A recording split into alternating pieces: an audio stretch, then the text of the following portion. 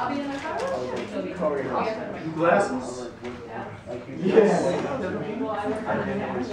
Pardon me? I wear contacts.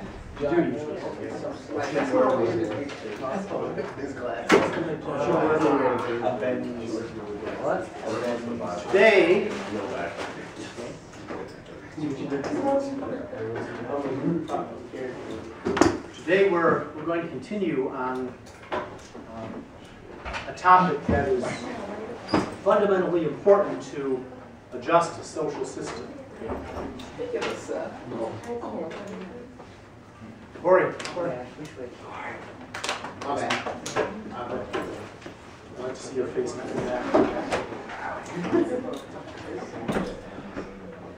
Okay, we're going to talk about a topic that is really the basis for a just social order and a good national economy.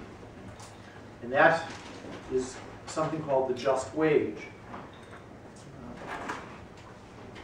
So I'm going to put a quote on the board here, which I'd like you to write down, yes, because of its importance.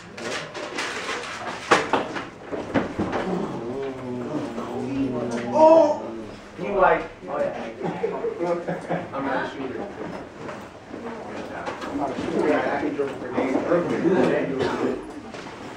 This quote comes from Pope John Paul II, who will be, at the end of April, canonized saint. He will be Saint John Paul II. And this comes from an encyclical that he wrote, the official papal document, the teaching document, on human work. On human work.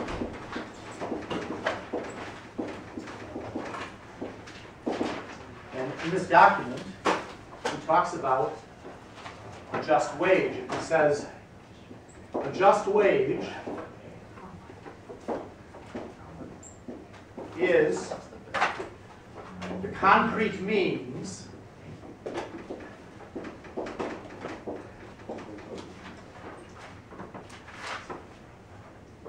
of verifying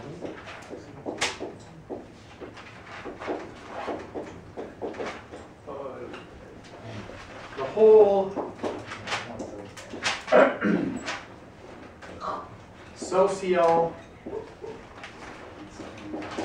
socioeconomic system. And of checking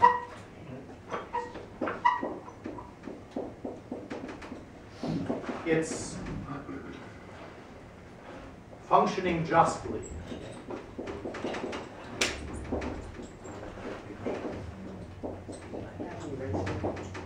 I got you. So, a just wage is the concrete means of verifying the whole socio-economic system and of checking its functioning justly. So if you want to determine whether an economy, a national economy, for example, is functioning justly, you should look at how wages are being paid out to workers, because that's the basis for determining whether you have a just system. And we're going to talk about that a little bit today. I'm going to pass out a couple of articles that I've been collecting over a few months and preparing for this class since last year. And these are from the business pages of the Kenosha News, which and articles in the Kenosha News, which give us some statistics, okay, which are helpful for us in discussing this topic, okay?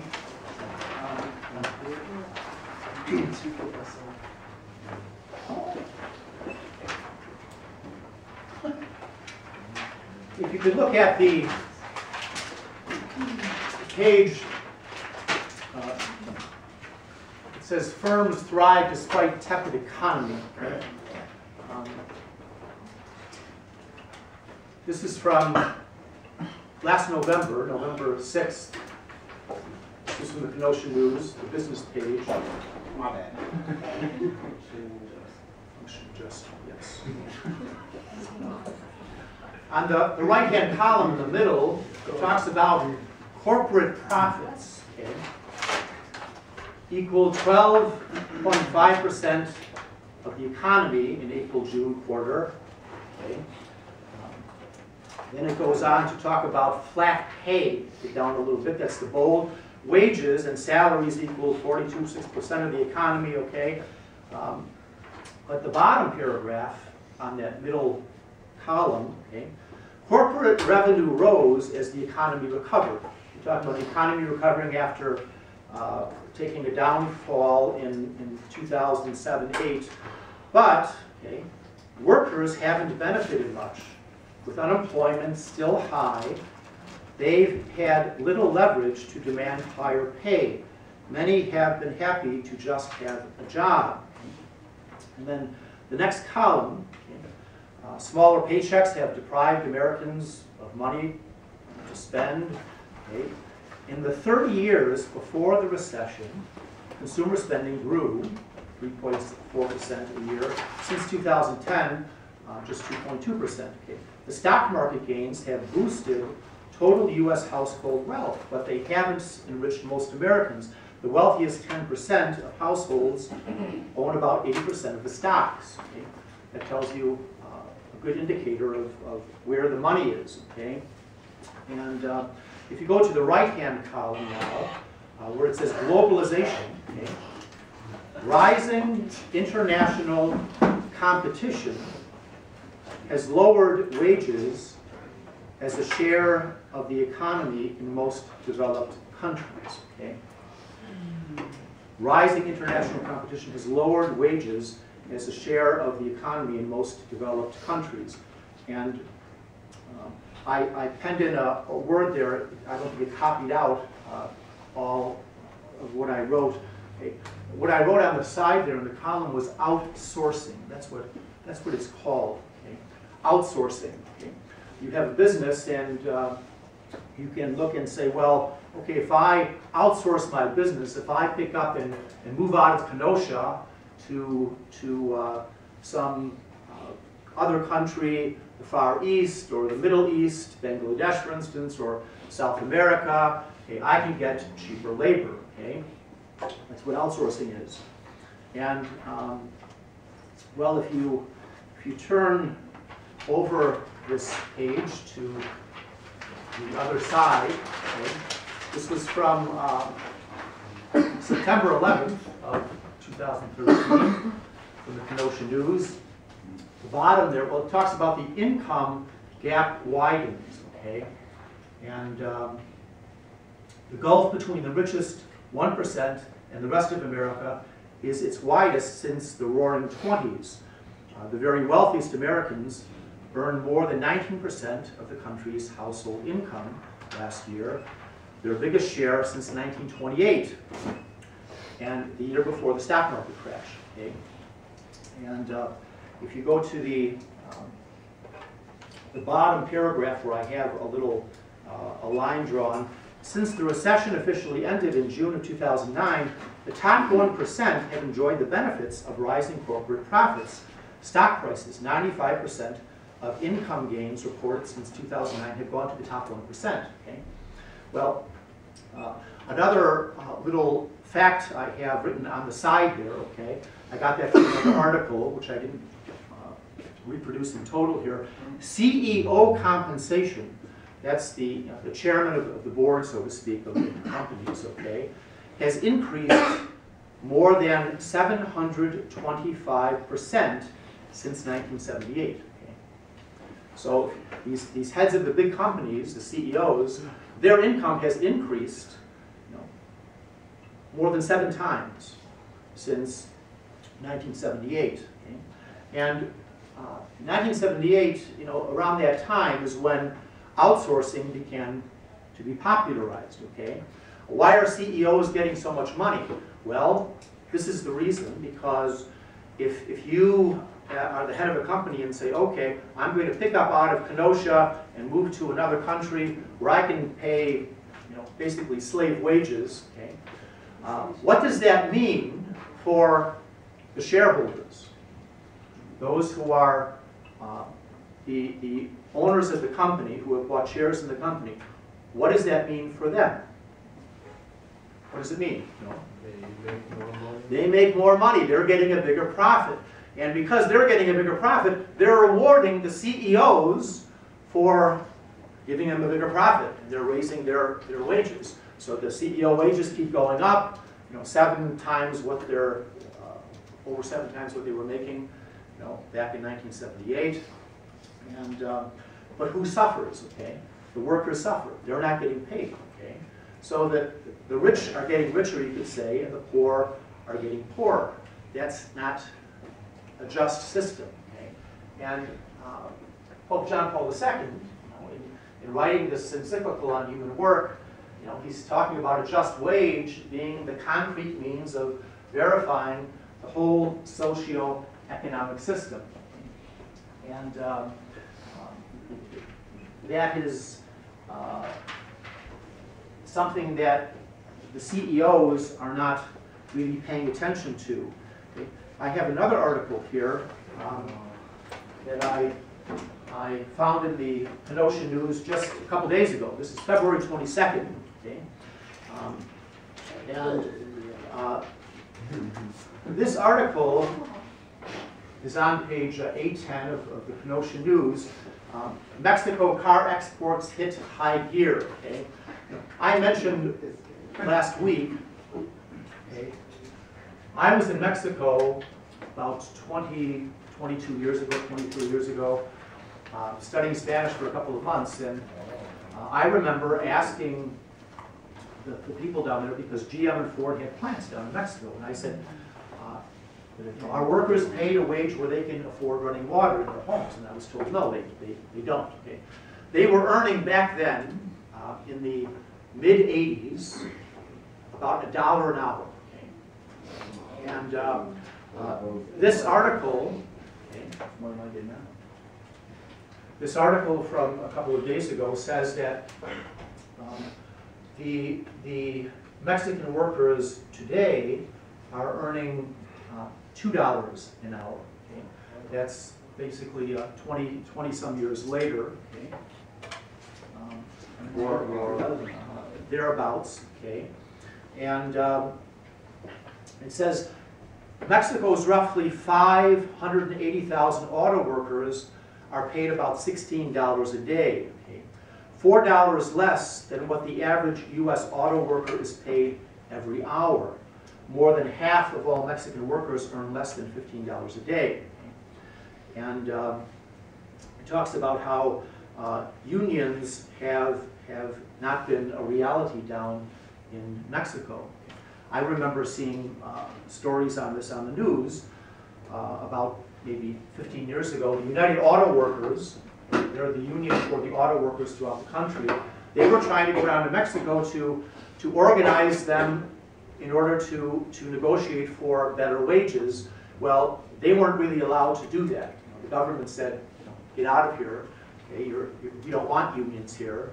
And the bottom line is that where you have owners of the companies who are only concerned with profits and making a bigger profit, and you don't have unions to stand up for the workers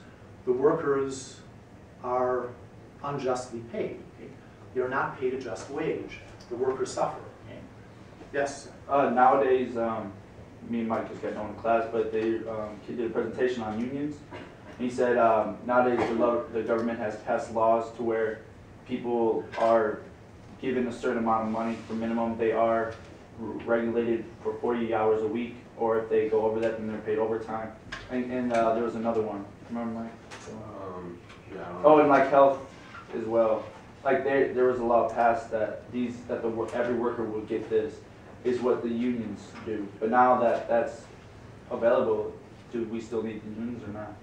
Well, like I said, where you have the owners of the companies operating in an ethical manner, a moral manner, willing to, you could say, pay workers, a good wage, share the wealth. Actually, that's what you're talking about. Okay, give them a fair wage.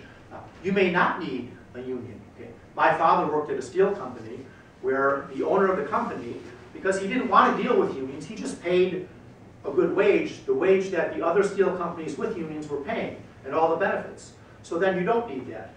But what happens if you're in another country? Okay, that's the problem. Okay, that's why they're outsourcing the industries, so they don't have to deal with, say, a government like ours that sets wage and health requirements for companies. Okay, they're taking advantage of the situation in these countries where they don't have the same rights as we have, and that is an injustice, and that's what the folks have been condemning. Okay? Now, when we talk about a just wage, okay, I have that sheet that I handed out in those pages. There were 5 pages altogether. Yes. Okay. On the bottom of page 4. This one, right? Okay. Yeah, that one. Okay. At the bottom of page 4, I quote here Laborem Exercens on human work. Okay. In the final analysis, the entire social order depends upon a just wage for the worker. Okay.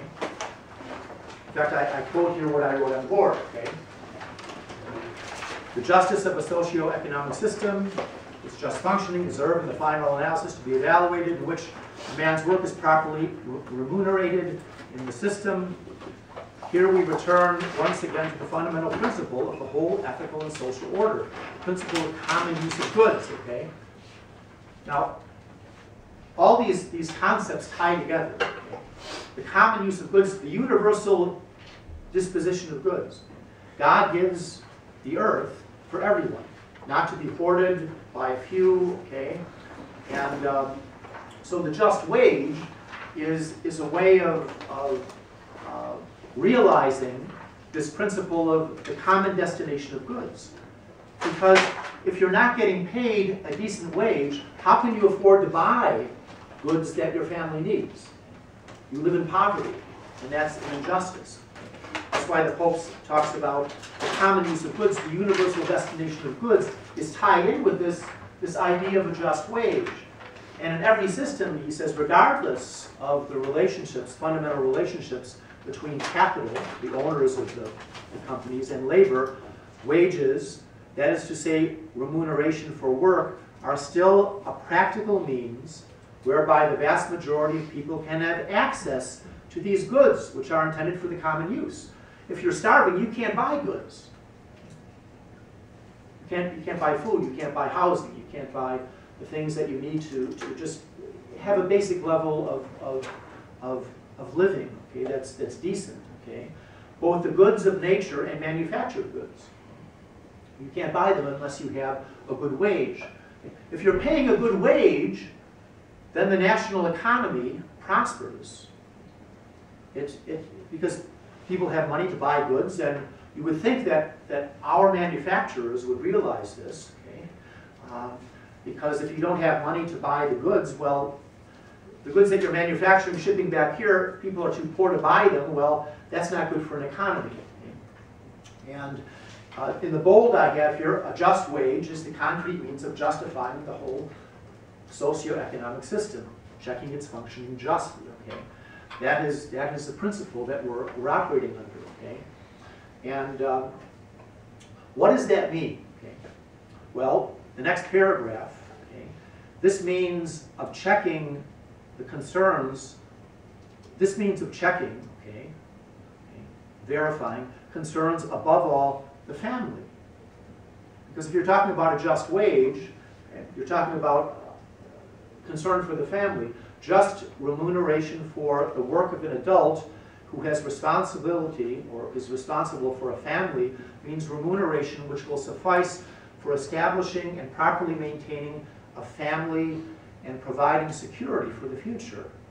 Such remuneration can be given either through what's called a family wage, a single salary given to the head of a family for his work, sufficient for the needs of the family without the other spouse having to take up gainful employment outside the home, or through other social measures such as family allowances or grants to mothers devoting themselves exclusively to families.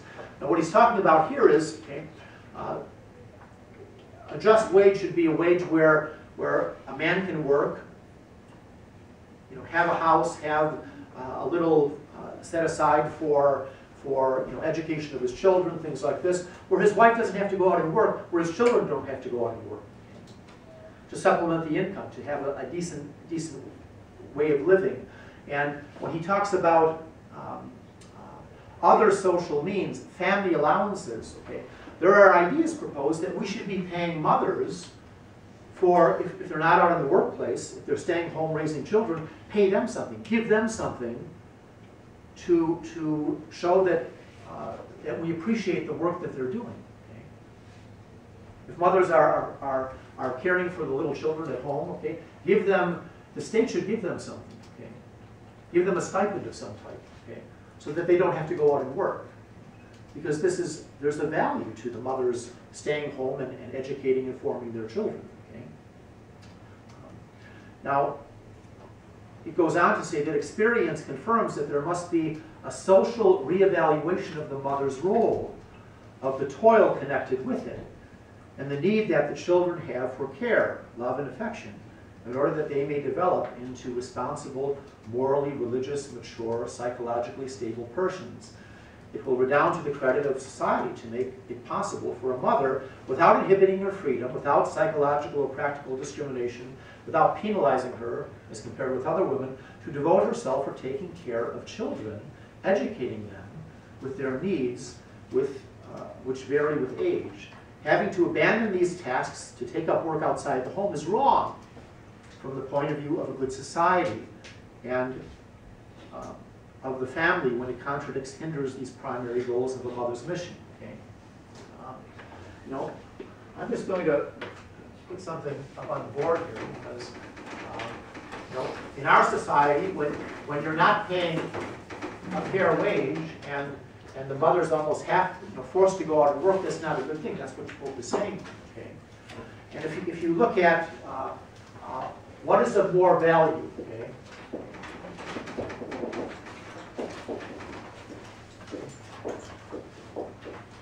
what is of more value? On the one side,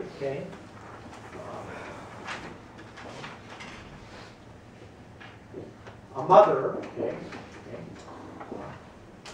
forming and educating her children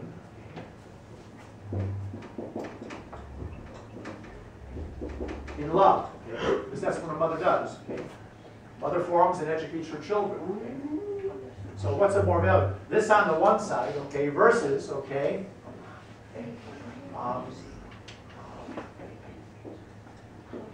a mother who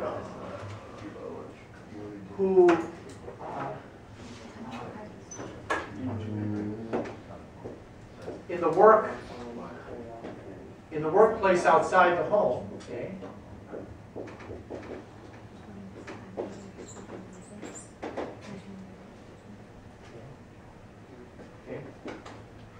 makes, say if she's makes a sale in business, makes a sale in business, or wins a legal case if she's a lawyer, or whatever it may be.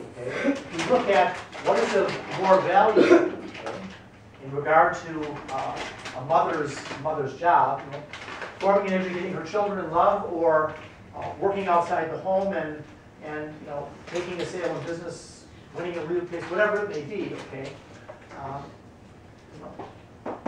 It is this that's the most important thing, okay? Because the mother's forming and educating her children is of higher value than anything else that you can do.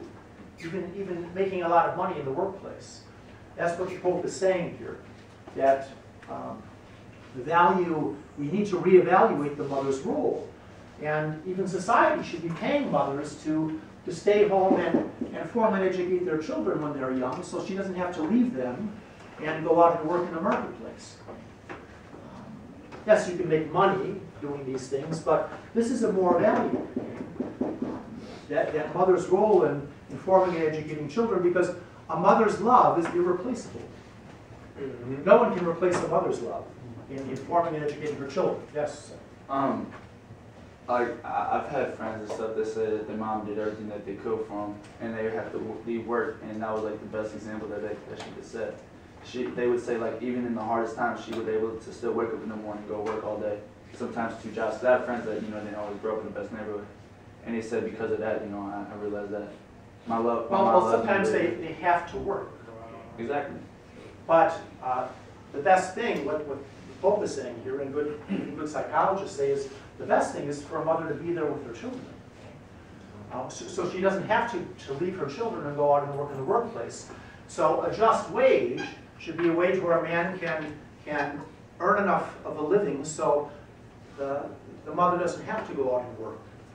So she can stay home and care for her children and give them the love that no one else can give. No one can replace a mother's love. A daycare worker, watching little kids, they can't replace what a mother does. Okay? A mother knows her children, she's got that bond with them, and this is something that the church and just good people recognize that this should be our goal, to have mothers being with their children, not forced to go out and work in the marketplace and leave their children to be formed and educated by someone else, especially when they're real young. And after they give birth, why should a mother have to give birth and then run out and go to work? To scrape money to have the family just barely surviving? No, but to be there with her child. Okay, that's the best thing. All the child psychologists say this too. I mean, the mother's interaction with her children is so important, and that's what the Pope is saying here. Okay? If our society really cared about this, they would give mothers a wage for staying home. Pay them a stipend, okay? Pay them something so that they can be there with their children instead of having to leave their children and go out and work. Okay? Because this is more value than being out in the business world. That personal formation that they give their children and the love that they give them. And education is an education in love. Okay? Now, another question, okay? How do you determine a just wage? When you're saying a just wage, what are we talking about here? How do you determine a just wage to pay somebody? Okay? Now, there are different approaches to this, but what do you think? Probably like the importance of the job or the amount of effort it takes. Okay, well that's evaluating the job in itself. Okay, some jobs are more of more value. I mean, people get more education in order that they can get a higher paying job. Okay, that's a just thing. Okay, someone studies and they're going to get a higher paying job, but just because someone studies business, should they be getting such an extremely high pay just because they're moving their business, their factory from one country to another? Well, that's not really. Should a guy at McDonald's get paid what a guy in construction works?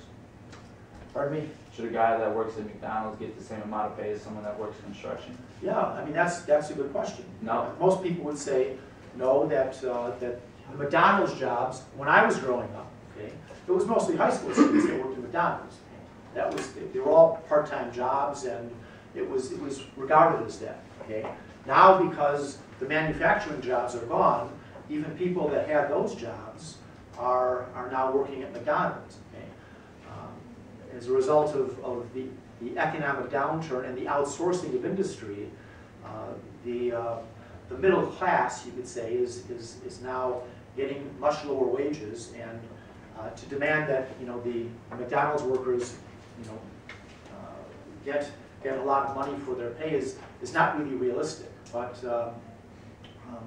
when we're talking about a just wage, okay, how do you think one would determine a just wage? The idea of a just wage was floated by Pope Leo XIII back in 1891, when he wrote that encyclical, Rerum Novarum. He said a man should be paid a just wage to be able to support his family, have a home, put a little savings away. Okay, how do we go about determining that? What do you think? Are you talking like maybe every time someone like applies for a job, you take down how many kids they have, maybe what situation they're in, and maybe customize their payment or their minimum wage, I guess you can say, to their needs? Well, that may be a way to do it. Okay. There are. If you got on the internet and you looked at a just wage, you would see that there are different proposals how to obtain a just wage for workers. Okay. One common standard is, okay, just wage. How do you determine it? Okay, just wage. Okay. Okay.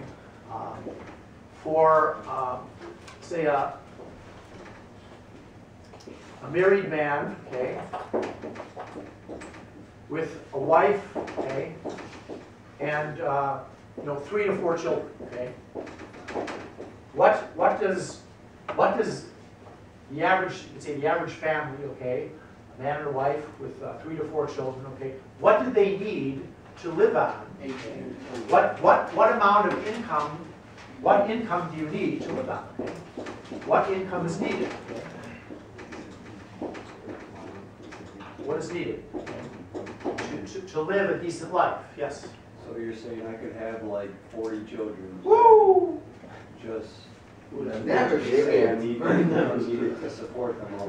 No, I'm saying on an average. Okay? Yeah, I know. When they're talking about an average, what an average just wage should Yeah, be. need a $7,000 the average just wage if I have 40 kids. Well, but that's not the average family. Okay, that's something extraordinary. We're trying. What we're trying to do is to determine on an average.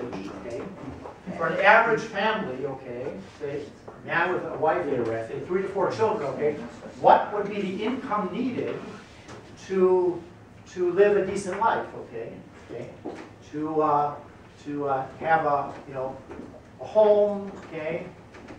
Some savings, okay, for retirement, okay, for education of children, okay.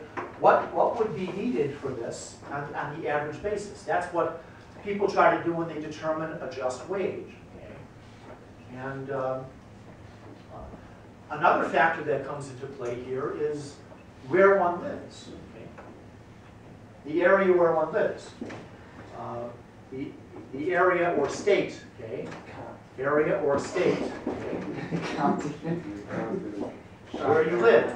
The hardcore north side.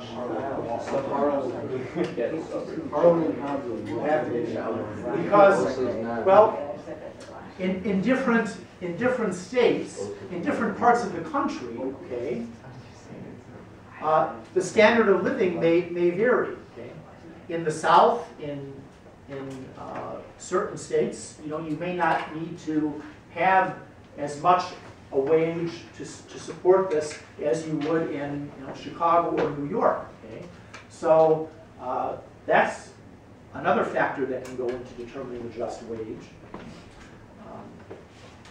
But there are people that try to look at factors like this and say, okay, how much is needed for a man with a wife and 3 or 4 children, okay, to have a home, to have some savings, depending upon the area where you live, the north, the south, and what state you live, okay. These are all things that you can take into consideration as to what should be a decent wage, a just wage, in order to survive, okay, in order to have a decent life. Yes? I don't understand, it's your life though, and if you can't make it happen, then why is it everyone else's problem? Oh,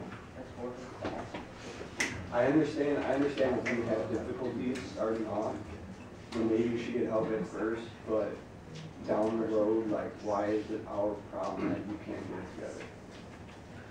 well, I'll give you an example. Okay? In Mexico, the article I just read, where they are paying workers 16 hours a day. Talking about here, not talking about Mexico. But I'm giving an example of you're saying if workers aren't making it, okay, if the pay scale is so low that everyone is suffering, well, that's an unjust system. Now here, if what has happened as a result of our manufacturing being exported, outsourced to other countries. What has happened? Practically speaking. Anyway, one of the effects is that those workers in our manufacturing plants cannot compete with products being made in the Far East or South America where they are paid slave wages. Our workers can't compete with this. And why can't they compete? Because those workers in those countries aren't given a good wage, they're given no benefits, okay? They are given, there's no health standards, okay? In this country, we have to meet all kinds of standards that the government has set. Okay? You have to provide a safe workplace, you have to provide insurance for people. In other countries, you don't have to do that. That's why they're outsourcing the business. Now, when those products are sold here, our workers can't compete with that. What happens to the workers' wages here? They go down, or the plants close and there's unemployment, like there's unemployment in the state. Okay. Yes? So you'd rather have us not outsource at all, and they just don't even have jobs anyways? Well, the question is outsourcing manufacturing a just thing to do? So then we're basically saying that we get all the jobs here and you guys are screwed over there. So either way, it's technically unjust, as you say. Well, not that we get all the jobs here. Well, but, you just said if you outsource, it's unjust for us to be here because we have no unemployment. But if we don't outsource, then they don't have jobs over there anyway, so they're not even getting money as it is. But the question is, when you outsource, are you paying a just wage overseas? Yeah, but that means there's people here that are getting unjust stuff because they're unemployed. So either way, you're going to have unjust, so it's trying to go back and forth about this. Well, not necessarily. I don't understand then. If it's not here, then there's unemployment here. If it's not there, there's unemployment there. And if it's not here, it's unjust because there's not any jobs at all. And if it's there, it's unjust because there's no jobs at all. Well, is there a way to rectify this? Is there a way to rectify the system, though? Every time I say something, you answer with a question. Like, I don't understand. You're not even trying to back up a point. You just kind of answer with another question. Well, I'm trying to lead you to the answer to your question, which is complex. I'm not asking a question. I'm saying it's like that or that. And then you ask me another question, like you're almost trying to confuse me. No. I'm trying to show you that if you're outsourcing, yeah, I'm trying you're to outsourcing industry. Outsource, there's nothing here to help them here. And if you don't outsource, then there's nothing there to help them there. So either way, you're kind of dead in the water. Somewhere is going to get. Not necessarily. There's a just way out of this, Thomas. That's what I'm saying. Right. Do you know what it is? I got it. It's to pay a just wage overseas too. Okay. Yeah, but if it's overseas, there's nothing here for the people here. But if you paid a just wage, this is the point, okay, now listen, okay. If you paid a just wage overseas to people, paid them benefits, okay, so there's health standards in their factories, they're getting a wage to live on, well, then our workers could compete with those workers overseas, and then whoever makes the best product would win out. That's a more fair system, okay? But the way it's being run is that, okay, we're just going to move our plants overseas because we know we could pay them slave wages where the workers were not paid justly, there's no safe working conditions there. All the rights that our unions have fought for 100 years, that they obtained in this country, they're not available in other countries. That's what's unjust, okay? Those mass production plants, though, there's nothing about quality. It's the same thing repeated over and over again. If you stand in a manufacturing plant here, over there, either way, it's going to be the same exact product because it's the same exact template made by the same exact machine. It is the same exact product, but the workers... Then how you standing behind that machine can help that machine do its job better?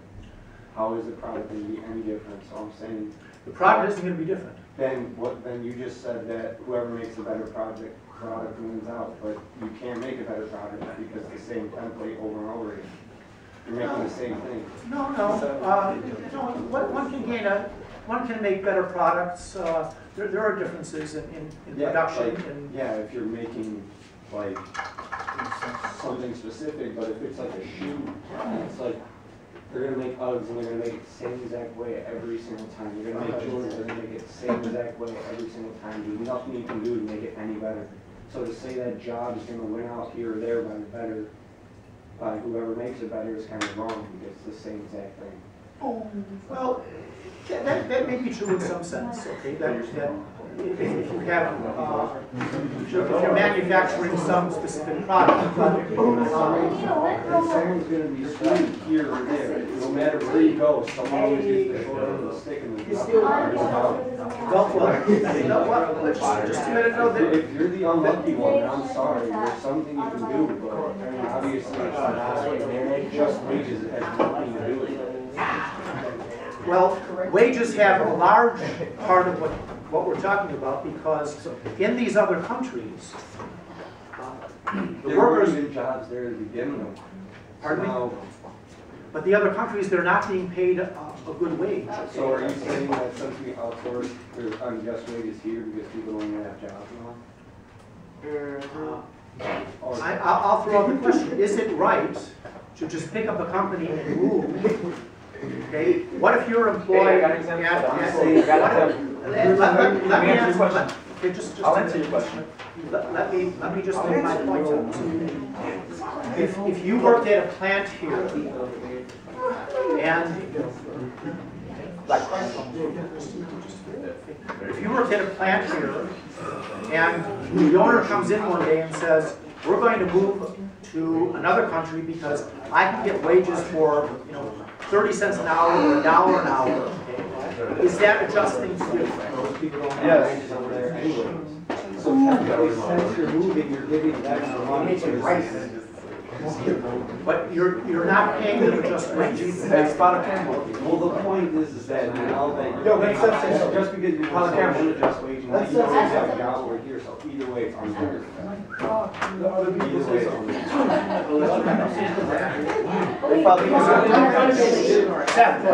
Before the Chrysler plant here in Kenosha moved to Mexico, they were about to, what do you call it?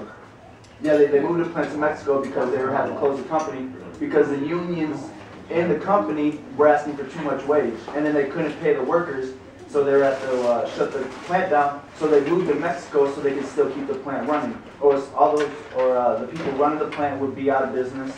But because of the unions, all those people that worked at the Chrysler plant lost their jobs because it was their right for more wage. So because of the unions, they had to move the plant to Mexico.